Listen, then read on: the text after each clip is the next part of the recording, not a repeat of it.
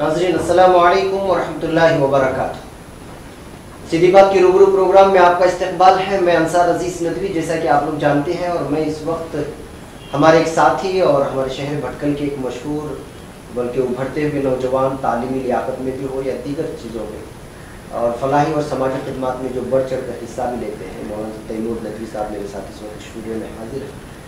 दरअसल तालीमी हिसाब से एक आलिम बनने के बाद दीगर असरी उलूम में किस तरह डिग्रियाँ हासिल करती हैं, उस सिलसिले में भी हम लोग जो है हज़रत से जानने की कोशिश करेंगे, क्योंकि ख़ुद ये वकालत अभी मुकम्मल कर लिए हैं बेंगलुरु से, और हाफिज़ भी हैं और नदवतुल उलमा से फारिग भी हैं, आलिम और फाजिल भी। और इसके अलावा भी बाज़ दफ़ा जो है आप फलाही इदारों से जुड़े होते हैं और समाजी खिदमत में जुड़े होते हैं, तो कुछ अनबन हो जाती है। ऐसे हालात में लोग इश्कालात भी करते हैं, एतराज़ात भी करते हैं। ऐसे ही कुछ इन 2 दिनों में जो है बातें सामने आई हैं, तो उसके भी जवाब हम लोग मौलाना तैमूर नदवी से हासिल करेंगे। तो मैं मौलाना तैमूर नदवी साहब का इस्तेमाल करता हूँ। स्टूडियो में आप बार बार आ चुके हैं बहैसियत दोस्त, लेकिन इस वक्त आप मेरे लिए जो है रूबरू प्रोग्राम में मेरे हरीफ हैं। इस बात की उम्मीद मत लगाएं कि मैं आपके सिलसिले में आपको ताउन करने वाले कोई भी सवालात करूँगा। मैं वही सवालात करूँगा जो हमारे कौम के लिए मुनासिब हो, और इस तरह की कोई भी चीज़ जो है हम लोगों के सामने अनबन ना हो। तो पहला सवाल ये है कि आपने आलिम बने और हाफिज़ बने, उसके बाद जो है वकालत का रास्ता इख्तियार किया, जबकि वकालत के रास्ते को बिलखुसूस जो है हमारे माशरे में उस निगाह से नहीं देखा जाता जिस निगाह से देखा जाता है। तो आपने ये मैदान क्यों चूज़ किया? अल्हम्दुलिल्लाहि रब्बिल आलमीन वस्सलातु वस्सलामु अला रसूलिल अमीन व अला आलिहि व सहबिहि अजमाइन, अम्मा बाद। सबसे पहले मैं मौलाना अंसार साहब आपका शुक्रिया अदा करूँगा कि आपने मुझे इस लायक समझा कि आपके स्टूडियो में दावत दी। और नाजरीन, आपको भी बताना चाहता हूँ कि अंसार अजीज़ साहब हमारे अच्छे दोस्त भी हैं, और इस सिलसिले में उनसे बात भी हुई थी, लेकिन 2-3 दिन से जो है मेरी आवाज़ साथ नहीं दे रही है। अगर आप लोगों को इसकी वजह से तकलीफ़ भी हो तो माफ़ फरमाएँ। तो मौलाना अंसार साहब, आपका जो सवाल था कि आलिम और हाफिज़ होने के बाद अल्हम्दुलिल्लाह वकालत की मैदान में क्यों कदम रखा, तो सबसे पहली बात यह है कि अल्लाह ताला का बहुत बड़ा फजल व करम हुआ कि अल्लाह ताला ने दीनी तालीम के लिए चुना। ये अल्लाह ताला का बहुत बड़ा करम है, और इस नाअहल बंदे को अल्लाह ताला ने जो है इतनी बड़ी तालीम से नवाजा। मैं सबसे पहले अल्लाह ताला का शुक्रिया अदा करूँगा। उसके बाद जो है आपने जो सवाल किया कि वकालत की मैदान में क्यों आना हुआ, तो सबसे पहली बात, मैंने अपने असातिज़ा से, भटकल के उलमा इकराम से इस बारे में मशवरा किया और उनकी राय मालूम की। तो उन्होंने मशवरा नहीं बल्कि हुक्मन तक कहा कि आप इस मैदान में ज़रूर जाएं। उसके बाद जो है अपने जो असातिज़ा इकराम है और सरपरस्त हैं, जैसे मौलाना ख्वाजा साहब हैं, काजी भी हैं भटकल के, मौलाना इलियास नदवी साहब हैं, इन लोगों ने जो है बाकायदा हुक्मन कहा कि इस मैदान में आप इंशाअल्लाह ज़रूर जाएं, हम जो है किसी भी तरह के ताउन के लिए आपके लिए तैयार हैं। बहुत अच्छा किया आपने। तो अभी आप प्रैक्टिस भी कर रहे हैं, तो मकसद क्या है आगे जाकर के, जो है मजलूमों को हक दिलाना, या फिर दूसरे वकीलों की तरह आप भी पेशावर वकील बन जाएंगे? जी, जैसे कि मैंने आपसे कहा कि उलमा से मैंने बाकायदा जो है मशवरा किया। उन मशवरों में एक मशवरा जो है मौलाना अय्यूब साहब का था। मौलाना अय्यूब नदवी साहब बहुत मशहूर शख्सियत हैं। तो उन्होंने एक बात कही थी, जब मैं वकालत करने के लिए बेंगलुरु आने का इरादा कर रहा था, तो उनसे मशवरा करने गया तो उन्होंने कहा मुझसे कि आप एक जगह से एक तिनका भी उठाइए, उसमें जो है सिर्फ नीयत ये रखिए कि इससे जो है किसी दूसरे का फ़ायदा हो।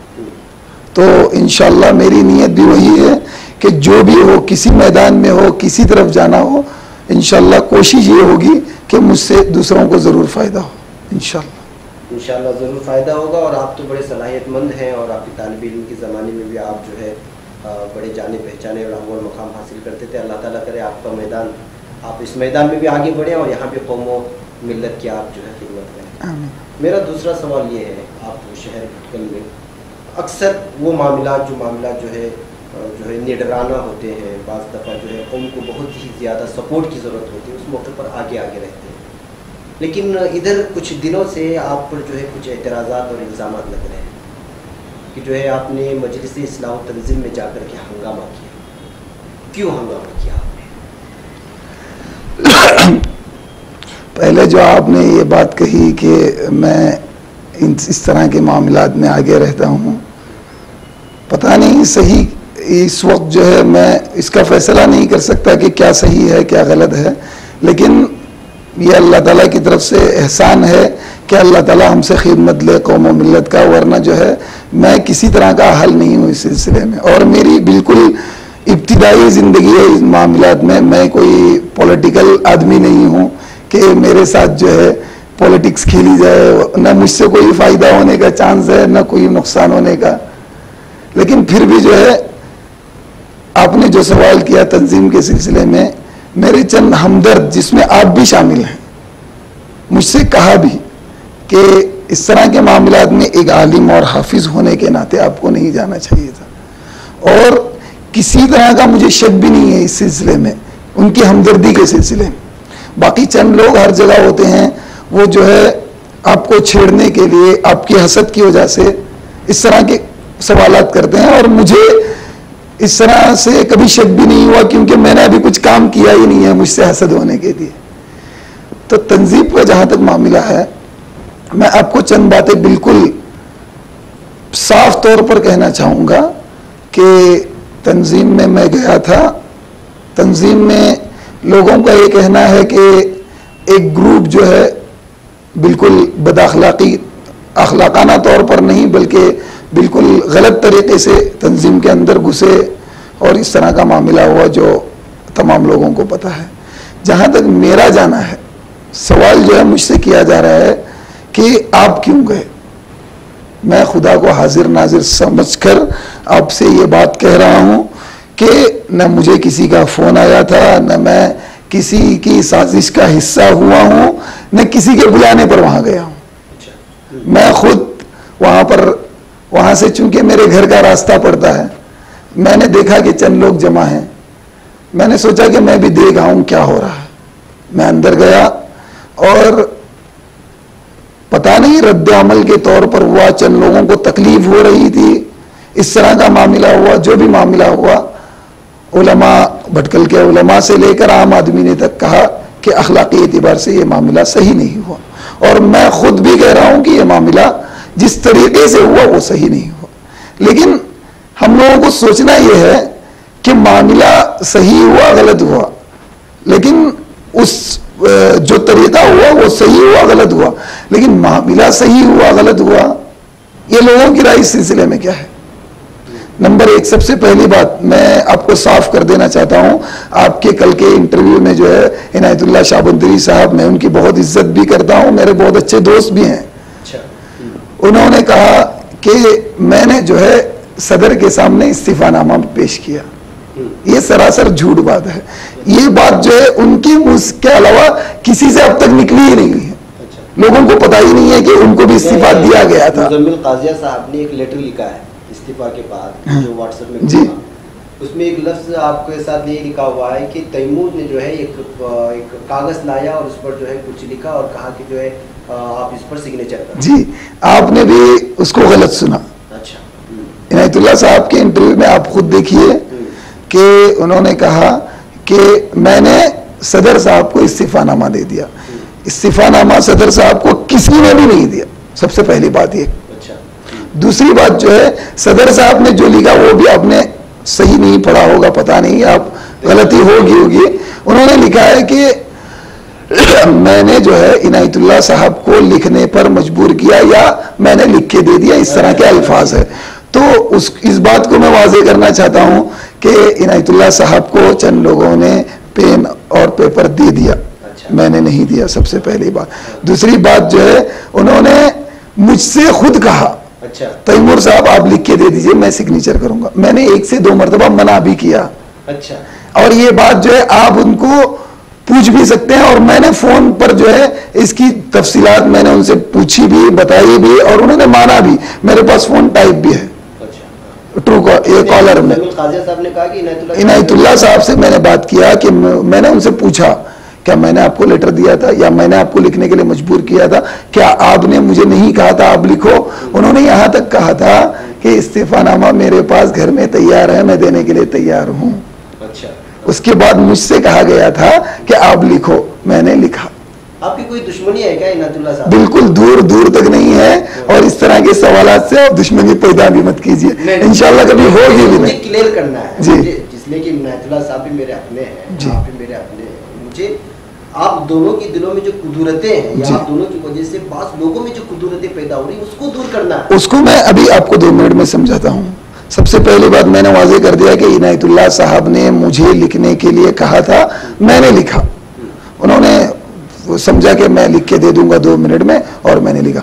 और सदर साहब का जो इस्तीफानामा पेश होने की बात है वो बिल्कुल सरासर झूठ है, और उस पर किसी की बात नहीं, मतलब सदर साहब को कहा गया इस्तीफा दे दीजिए, मैंने लिख के दे दिया, ये गलत बात है। और मैंने जो है सदर साहब को पेश किया, ये गलत बात है। इस तरह की कोई बात वहां पे नहीं हुई थी। दूसरी बात, ये सब मामला हुआ, अखलाकी एतबार से गलत हुआ, सही हुआ, फैसला किया गया इसके बारे में, उलमा ने भी कहा। इसे मैं क्यों गया, इसका जवाब आपको मैं देना चाहता हूं। देखिए, एक मेरी छोटी सी गलती हो सकती है कि उस तरह के मामले में उस वक्त मुझे नहीं जाना चाहिए था, लेकिन मैं जानबूझ कर गया वहां। अच्छा। मैं बिल्कुल अभी भी दिल में इत्मीनान है कि मैं गलती से नहीं गया हूं। गलती से आदमी को उस वक्त होती है, गलती किसी की साजिश का हिस्सा बने, किसी के कहने पर किया हुआ काम। मैंने किसी की साजिश, न मैं किसी की साजिश का हिस्सा बना हूं, न मैं किसी के कहने पर गया हूं, मैं खुद गया था। अभी मैं आपको बता देता हूं कि क्यों गया था। देखिए, इलेक्शन जो है कर्नाटका इलेक्शन, असेंबली इलेक्शन हो गए, और कौम ने जो है बढ़ चढ़कर उसमें हिस्सा लिया। कौम का एक फैसला आया था, और उसी कैंडिडेट के लिए जो है बहुत ज़्यादा मेहनतें की गई। यहाँ तक कि हमारे कैंडिडेट मंकल वैदिया ने खुद कहा कि मुझे जो है 99% मुसलमानों के वोट मिले भी। लेकिन जो है उस वक्त एक नाइब सदर होने के नाते जो है इनायतुल्लाह शाहबंदरी का कैंपेनिंग में हिस्सा लेना सही था या गलत था, लोग कहेंगे कि वो चंद लोगों ने कहा, उन्होंने खुद कहा कि मैं एक पार्टी का हिस्सा था। सही उनकी बात, और मेरे हिसाब से जो है थोड़ी सी ज्यादती भी हुई उनके साथ कि एक पार्टी का हिस्सा थे, 20 साल से हिस्सा हैं, उन्होंने फिर भी जो है इतना बड़ा कदम उठाया कि उन्होंने जो है अपनी सीट छोड़ दी। और ये बात भी आपको मैं बिल्कुल डंके की चोट पे कहता हूं कि सबसे पहले शायद फोन मैंने किया था उनको। अच्छा। और उनसे मैंने कहा भी था कि आपने ये इतना बड़ा जो कदम उठाया है वाकई काबिल तारीफ है, काबिल मुबारकबाद है। मैं आपको बिल्कुल मुबारकबाद पेश करता हूं। और मैंने ये भी कहा था कि आपने कौम के लिए इतना बड़ा कदम उठाया है, किसी की बात आप मत सुनिए, जो तकलीफ है उस पर सब्र कीजिए, अल्लाह इसका आपको बेहतरीन बदला देंगे। तो बदला ऐसा दिया? नहीं, ये बदला नहीं था, ये पॉलिटिकल लाइन से था। अच्छा। दूसरी जो है मैं आपसे पूछता हूं, एक बावकार हमारी तंजीम 100 साल का इदारा है, उसमें जो है नाइब सदर का ओहदा जो है, समझ लीजिए कि पूरे भटकल के फैसले जो है इनके पास हो के निकलेंगे, फैसले में सबसे बड़ा हाथ इनका होगा। तो वहां बैठने के लिए जो है किस काबिल शख्स की जरूरत है और किस तरह का आदमी वहां चाहिए, मेरा सवाल ये था। तंजीम में जो है करप्शन इस तरह से हो रहा है कि जो सीट जिसकी है वहां पर वो है या नहीं। तो मुझे जो है वो चीजें दिमाग में जो है बहुत ज्यादा परेशान कर रही थी कि जो सीटें हैं और इतनी बड़ी बड़ी सीटें हैं जहां पर बैठकर जो है पूरे कौम का फैसला लिया जाता है। आपको भी पता है कि इंतजामिया है, इंतजामिया जो है बहस करेगी, लेकिन आखिरी फैसला जो है सदर का होता है, नाइब सदर का होता है। उन लोगों को हक होता है मशवरा करना, जो है एक सुन्नत भी है, वशाविरहुम फिल अम्र फइज़ा अज़मत फतवक्कल अलल्लाह। वहां पे भी जो है फइज़ा अज़म तुम नहीं है कि सब लोग मशवरा करके किस फैसला किसी एक को लेना होता है। तो इतना बड़ा फैसला, हमारा फैसला जो है सिर्फ ये सियासी तौर पर नहीं होता, समाजी होता है, अखलाकी होता है, तालीमी होता है। इन तमाम फैसला लेने वालों के लिए हम जो है किस तरह के लोगों को कहां पर बिठाना है वहां पर बिठाए हुए हैं, या गलत लोग जो है आकर बैठ गए हैं। तो इस तरह की आप भी कहेंगे कि इसको बदलने के लिए जो है ये तरीका सही नहीं था। लेकिन चंद हंगामी शक्लें ऐसी होती हैं कि इस तरह का तरीका जो है करना पड़ता है बाज मौके पर, वो गलत हो सही हो। अभी आप कहेंगे कि मैंने गलत किया, मैं 100 बार इनायतुल्लाह साहब से माफी मांगने के लिए तैयार हूं। उनकी जात के लिए जाती तौर पर उनको जो नुकसान पहुंचाया मुझे भी तकलीफ हुई, लेकिन मैंने जानबूझकर क्यों ये कदम उठाया, ये इसीलिए था कि तंजीम जो है इस तरह के फैसले लेने में जो है सही आदमी वहां पे हो। कम से कम मेरी नाकिस अक्ल के मुताबिक जो है एक तालीम याफ्ता आदमी हो ऐसी सीटों पर। दूसरे नंबर पर जो है उसका मिजाजन दीनी हो, दीनी मिजाज हो, क्योंकि कौम का मसला है और हमारी मुसलमान कौम है, दीनी मिजाज रखता हो अपने अंदर। तीसरे जो है वो कौम के फैसलों में जो है मुखलिस हो। और यही बात, तीसरी जो बात है मेरी, यहीं से आपको पता चलता है हमारे नाइब सदर जो हैं एक पार्टी से अपना ना ताल्लुक रखते हैं, दूसरे सदर जो हैं एक पार्टी से ताल्लुक रखते हैं। इन लोगों को जो है चाहे जितनी भी कौम के लिए मुखलिस हों, किसी न किसी मौके पर जो है इनको अपने पार्टी को भी देखना पड़ता है।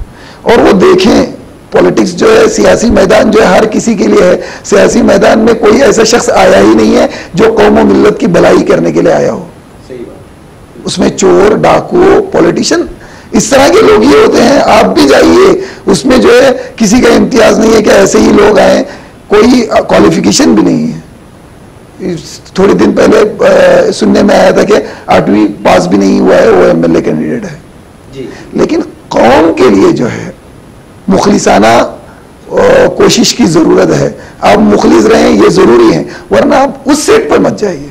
उससे जो है कौम के किसी एक फैसले जो है, एक फैसले से जो है कौम 20 से 25 साल पीछे चली जाती है, और आपके एक अच्छे फैसले से जो है कौम 20 से 25 साल ऊपर आ जाती है। कई ऐसे फैसले हैं कि हमारे कौम उस वक्त सही फैसले लिए गए, कौम आज तक जो है इज्जत की निगाह से देखी जा रही है। चंद गलत फैसले लिए गए, लेकिन अगर वो गलत फैसले, आपको मैं एक बात ये भी वाजे करना चाहता हूं कि वही अगर गलत फैसला सही नीयत से लिया गया हो तो फिर उसमें मसला नहीं है। तो इसका मतलब, आपका कहने का मतलब ये है कि तंजीम में इस्लाहात की जरूरत है। जी बिल्कुल। आपने कभी लेटर लिखा तंजीम में?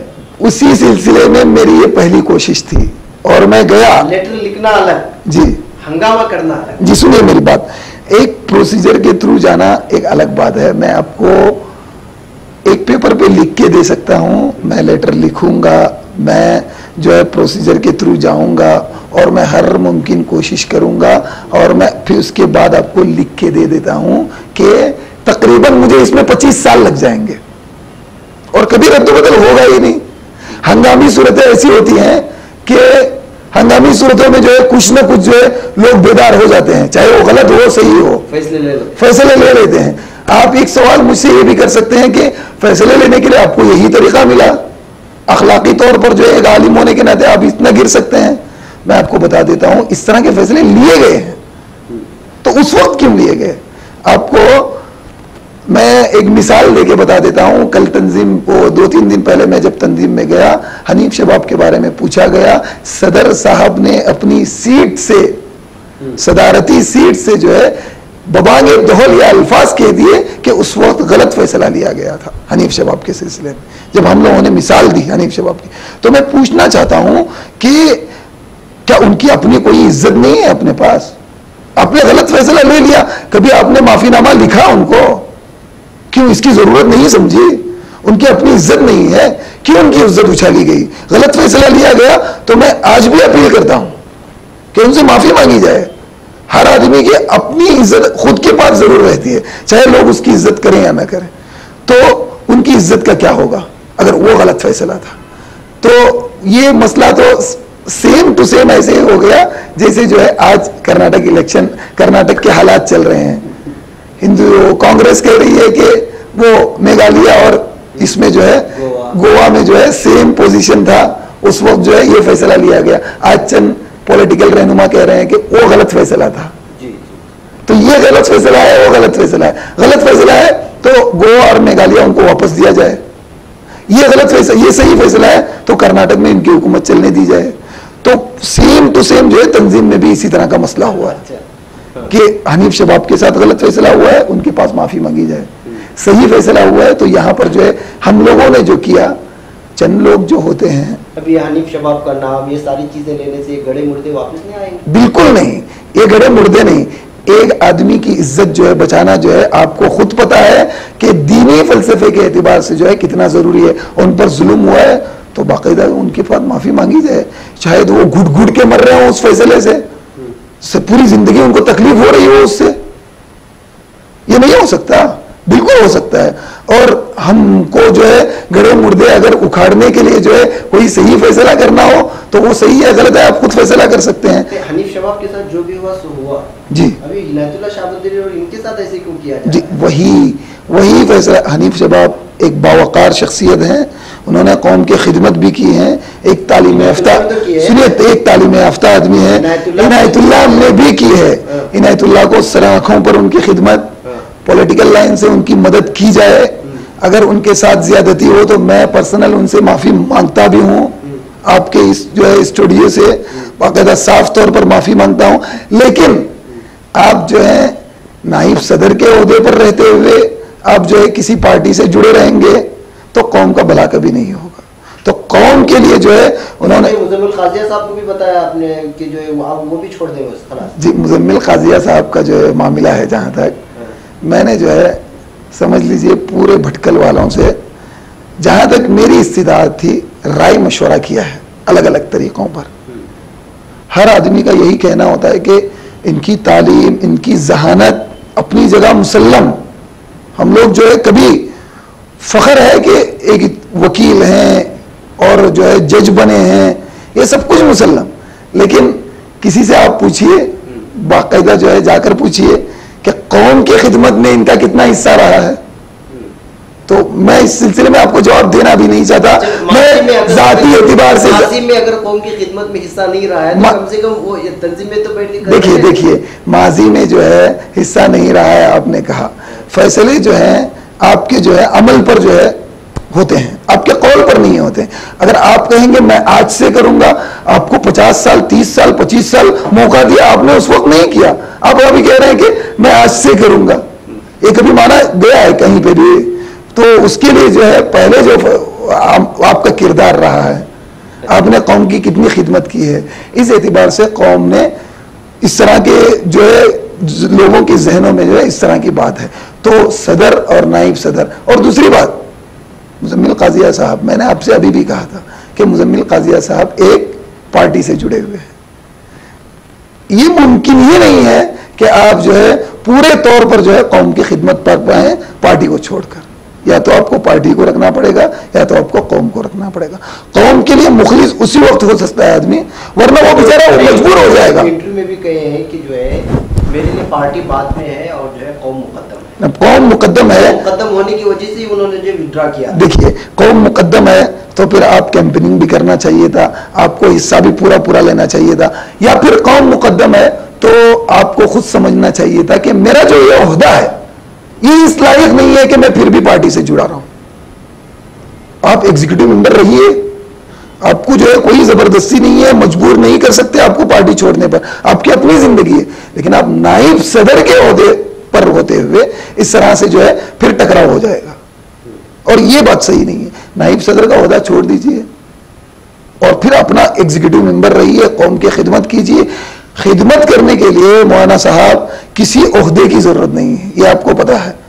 अदना से अदना आदमी और किसी भी मैदान में हो खिदमत करने, आप जाइए मस्जिद में जाइए, 2-3 बैतुल खला धो के आइए, ये भी समाजी खिदमत है।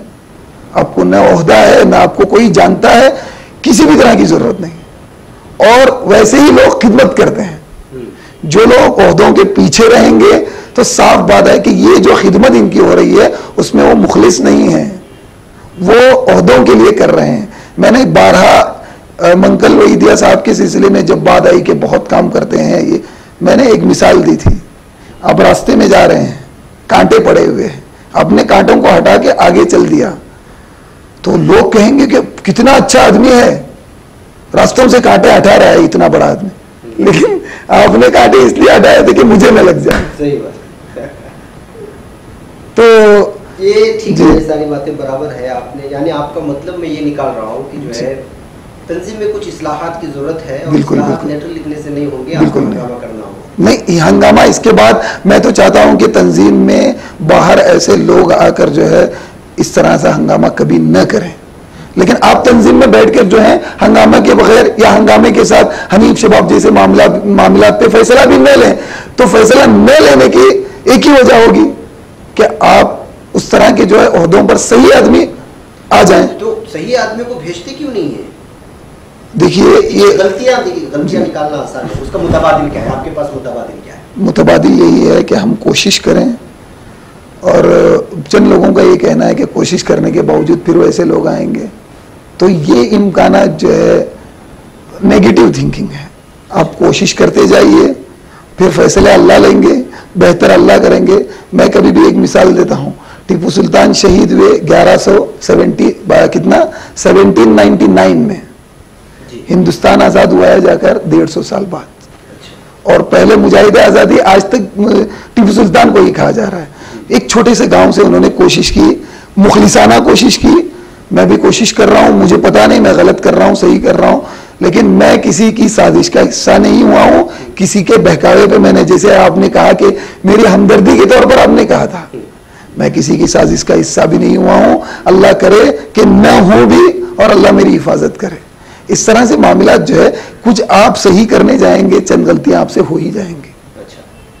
जब आप आगे जाएंगे तो गलतियां, अगर देखना यह है कि मैं आपको अब एक बात बता देता हूं इनायतुल्लाह साहब के सिलसिले में, मैं समझता हूं कि भटकल में अगर उनका बेहतरीन दोस्त है तो मैं हूं, क्योंकि मैं उनकी गलतियां अभी भी उनकी गलती ही कह रहा हूं कि नाइब सदर के ओहदे के लिए शायद वो अहल नहीं है, और दूसरी जगह पॉलिटिकल लाइन से उनके अखलाकी तौर पर उनसे जो गलतियां उनके साथ की गई बिल्कुल वो गलत है। मैं माफी मांग रहा हूं उनके साथ, उनके पास, और पॉलिटिकल लाइन से उनकी बाकायदा मदद भी की जाए। उन्होंने बहुत ज्यादा जो है खिदमत भी की है अपनी लाइन से।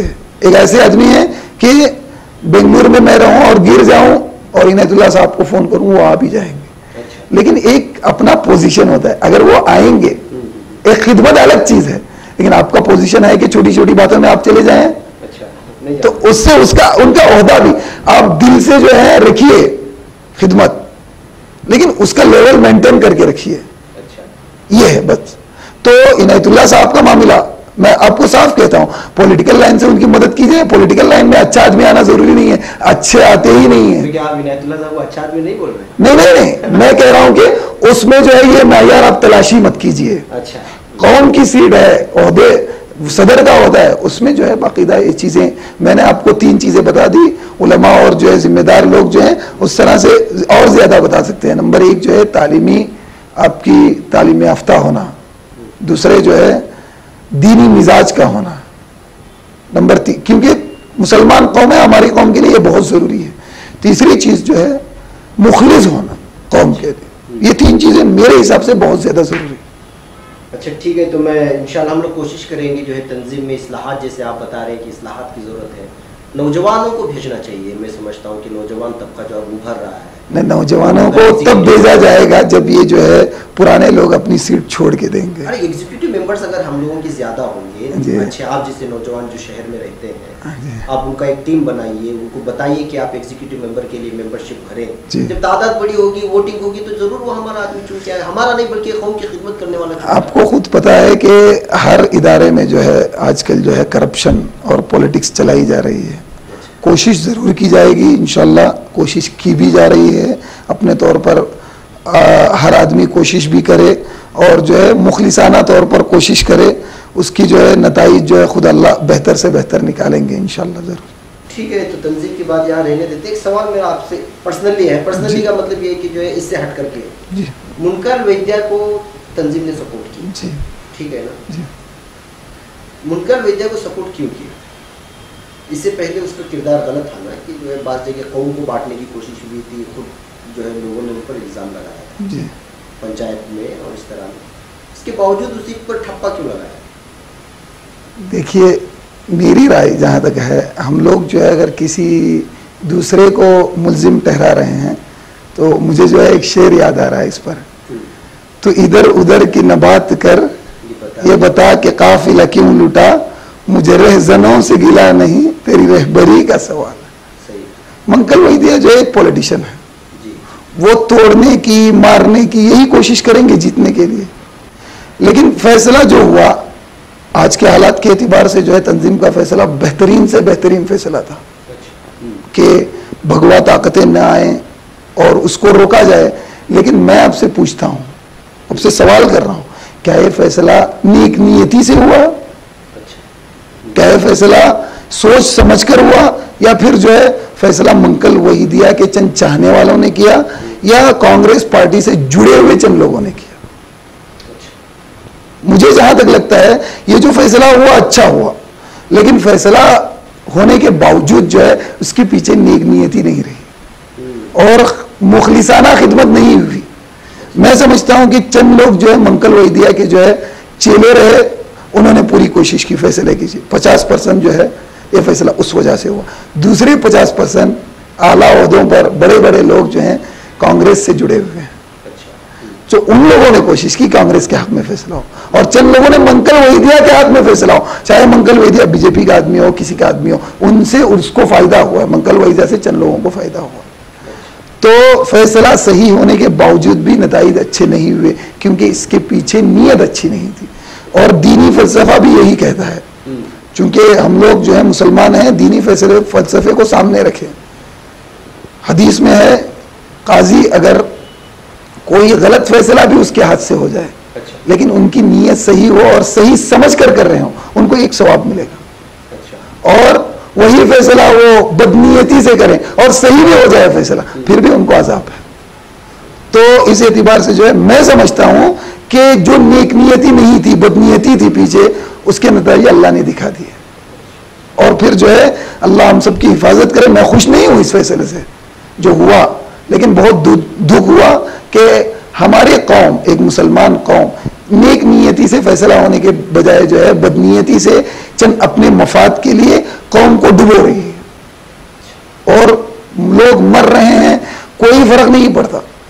मैंने कहा ना, चंद काम अच्छे करते हैं तो वो खुद के लिए, बचाने के लिए करते हैं, कौम के हमदर्दी में नहीं कर रहे हैं। तो अगर कौम में मुखलिस लोग आ जाएं, फिर जो है हमारी ताकत हो या ना हो, हमारे फैसले गलत हो सही हो, नीयत सही हो, तो फिर आगे जाके जो है इंशाल्लाह जरूर भी जरूर अल्लाह की मदद आएगी। हमको पता भी है कि हुक्मरानी जो है मुसलमानों का ही हिस्सा है। लस्तखलिफन्नकुम फिल अर्ज़, अल्लाह ने वादा कर दिया है कुरान में कि हुक्मरानी मुसलमानों को मिलेगी ही और इस्लाम बाकी रहेगा ही, चाहे आप कितने भी मिटाने की कोशिश करें। जब इस्लाम खत्म हो जाएगा, दुनिया ही खत्म हो जाएगी। तो अगर सही नीयत से जाएं, पॉलिटिक्स खेलें, जरूरत के एतबार से हिकमत अमली जो है जरूरी है, लेकिन बदनीयती अपने लोगों के साथ यह गलत है।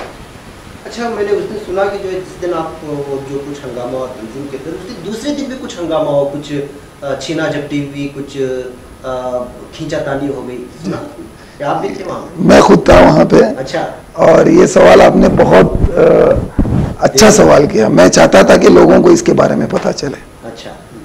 आपने जो सवाल किया कि दूसरे दिन भी हंगामा हुआ, ये तो एक रद्द अमल था वो, और होना ही था कि पहले दिन जो है एक पार्टी, लोग समझ रहे हैं कि एक पार्टी आई, दूसरे दिन उस पार्टी के अगेंस्ट वाले आ गए, और ये होना ही था। और इस तरह की बातें जो है तंजीम में होती भी आ रही है, लेकिन उस दिन जो देखने का मौका हुआ, वल्लाह कहता हूं खून के आंसू रोने का दिन था। बहुत ज्यादा तकलीफ हुई। जहां तक जो है नजरियात के इख्तिलाफात होने का मामला है, ये अल्लाह के रसूल के वक्त से चले आ रहे हैं। हजरत अली और हजरत माविया के नजरियात अलग थे, हजरत आयशा के, हजरत अली के नजरियात अलग थे, लेकिन उनके दिल बहुत साफ थे उस वक्त भी। मुनाफिकीन ने ये खेल खेला, लेकिन उनके दिल बिल्कुल साफ थे। लेकिन आज ऐसे नहीं हो रहा है। चंद ऐसे लोग तंजीम के बाहर जो है हंगामा कर रहे थे। मैं समझता हूं ना उनको तंजीम का कुछ पता है, ना मुजम्मिल साहब को जानते हैं, ना इनायतुल्लाह साहब को जानते हैं, ना उनको किसी से मतलब ही नहीं है। वो ऐसे हंगामा कर रहे थे, मैं खुद ताज्जुब हो गया। चंद लोगों ने ऐसे नारे भी लगाए, अबू फैसल को हमको दे दो। अरे, तो आप मारने मिटने पर भी आ गए हैं। नजरियात के इख्तिलाफात की वजह से। और एक गलत बात फैलाई जा रही है तंजीम में जो है अखलाकी एतबार से गलत नहीं हुआ, बद अखलाकी हुई। मैं इसका सबूत देता हूं कि हुई, लेकिन जो बदनामी, जैसे मैंने आपको कहा मेरे बारे में बदनामी ये हुई कि मैंने लेटर लिख के दिया जबकि इनायतुल्लाह साहब ने मुझे हुक्म दिया। दूसरी बात, मैंने मुजम्मिल साहब को लेटर दिया, मैंने नहीं दिया था। इस तरह की चंद जो है गलत फहमियां वहां पे भी हुई कि गाली गलौज हुई, मैंने अपने कान से नहीं सुनी किसी की गाली।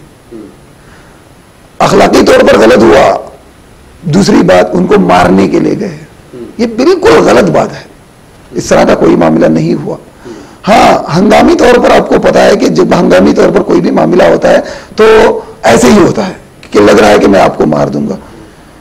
बहुत मुअज़्ज़ज़ हैं हमारे मुजम्मिल साहब, इतनी मतलब उम्र रसीदा है, नौजवान उनको कभी नहीं मारेंगे इंशाअल्लाह, और ये सोचे भी नहीं कोई। उनकी इज्जत भी अपनी जगह पर मुसल्लम ही है आज तक, लेकिन ये कौम का मामला है, इसमें अलग बात है। इनायतुल्लाह साहब, मैंने उनको फोन पर बात भी की फिर से, और मैंने कहा कि आप इंटरव्यू में मेरा ऐसा ऐसा नाम लिया, आपको पता है मैं आपकी बहुत इज्जत करता हूं, मैंने आपके लिए, और देखिए 11 लोगों में जो बदअखलाकी हुई मेरा नाम उसमें नहीं है, मैंने मेरी जबान से किसी तरह का भी जो है गलत लफ्ज नहीं निकाला वहां पे। अच्छा। बिल्कुल, तो ये इस तरह की बात नहीं हुई, लेकिन बाहर मैंने खुद देखा, और आपको जो है पूरा गांव जो है गवाही देगा इस बात की कि चंद लोग जो हैं मारने मरने पर उतर आए थे और मारने के लिए आए थे।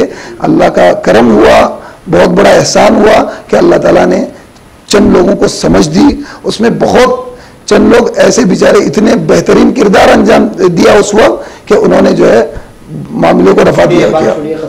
मैं फिर से आपको कहना चाहता हूं कि इस तरह का मामला न हो, खून खराबा न हो। मैं समझ रहा हूं कि वहां पे जो है लोग मारने मरने पर आ जाते, और ऐसे लोग आ जाते कि जिन लोगों को कुछ पता नहीं। मैंने ये बात इसलिए कही कि इसके पीछे चंद जिम्मेदारों का हाथ था। हाँ, तो उन जिम्मेदारों पर जो है तहकीकाती कमेटी जो है बाकायदा बैठे, तहकीक की जाए, और उन जिम्मेदारों से जो है बाकायदा सबसे पहले उन जिम्मेदारों को जो है उनकी सजा दी जाए और फैसला सुनाया जाए उसके बारे में, कि उसके बाद जो है यहां तक लोग ना पहुंचे। एक हद होती है, नजरियाती इख्तिलाफात होता है, लफ्जी झड़प होती है, खून खराबा तक ना पहुंचे। इंशाल्लाह ऐसा होगा, इंशाल्लाह ऐसी तारीख में हुआ नहीं है। तो फिर ऐसे तमाम हालात में सिर्फ 2 जुमलों में आप क्या पैगाम देना चाहते हैं? मैं इस लायक ही नहीं हूं कि किसी तरह का पैगाम दूं, लेकिन फिर भी एक आलिम होने के नाते मेरी जिम्मेदारी होती है। सबसे पहले एक बात ये कहना चाहता हूँ कि अल्लाह के रसूल सल्लल्लाहु अलैहि वसल्लम ने फरमाया, कुल्लुकुम राइन व कुल्लुकुम मस्ऊलुन अन रइयतिही। आप बड़े बड़े ओहदों पर बैठकर जो फैसला लेंगे, जो नुकसान होगा, सालों सालों तक जो नुकसान होगा, उसकी जो है तमाम जो है आपको भुगतनी पड़ेगी। जो सजा है उसकी आपको भुगतनी पड़ेगी। अगर आप इस लायक हों कि उन ओहदों तक पहुंचने के लिए जो है नेक नियति से जा रहे हों, आप जाइए। आपके गलत फैसले भी अल्लाह माफ फरमा देंगे, लेकिन आप ओहदों की लालच में वहां तक पहुंचेंगे और दूसरे जो है इस तरह के फैसले करेंगे, कौम पीछे चलती जाएगी।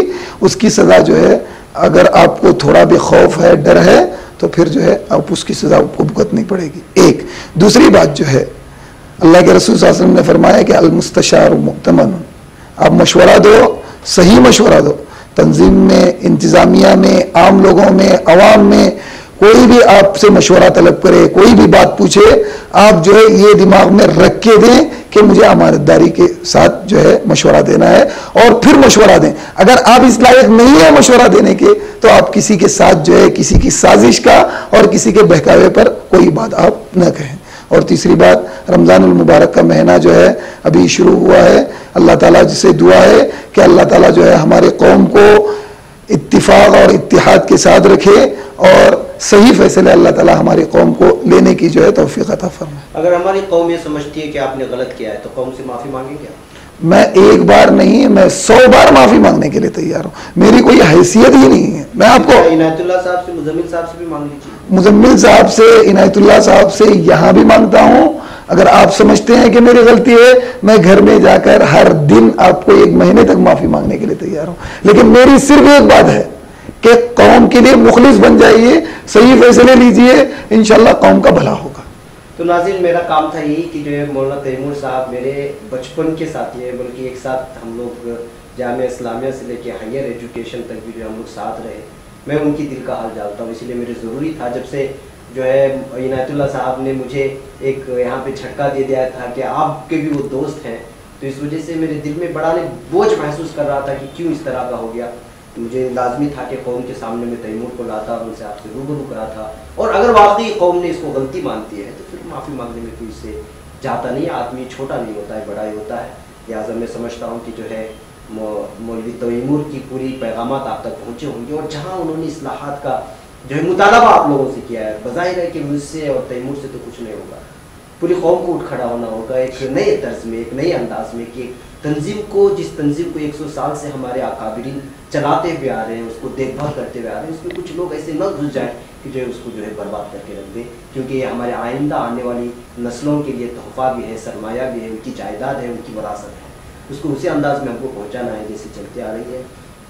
तो मुझे और तैमूर को यहाँ पर इजाज़त है। इंशाल्लाह मुझे उम्मीद है कि सारी बातें आप लोगों के सामने आएंगी, फिर किसी इंशाल्लाह बड़ी शख्सियत के साथ रूबरू के प्रोग्राम में आपसे फिर मिलूंगा। अस्सलामु अलैकुम व रहमतुल्लाहि व बरकातहू।